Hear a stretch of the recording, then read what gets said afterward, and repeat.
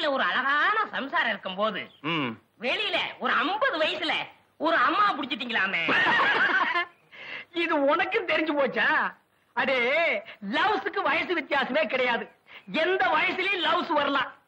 இப்போ ஆலையில ஓடுற கரும்புல அடிக்கரும்பா இருந்தா என்ன, நுனிக்கரும்பா இருந்தா என்ன? நமக்கு வேண்டியது வெள்ளம் தானடா கோமடி தலையா. ஆமா, அந்த அம்மா என்னமோ ஊமைன்னு கேள்விப்பட்டனே. இருந்துட்டு போட்டு அத பத்தி நமக்கு என்ன?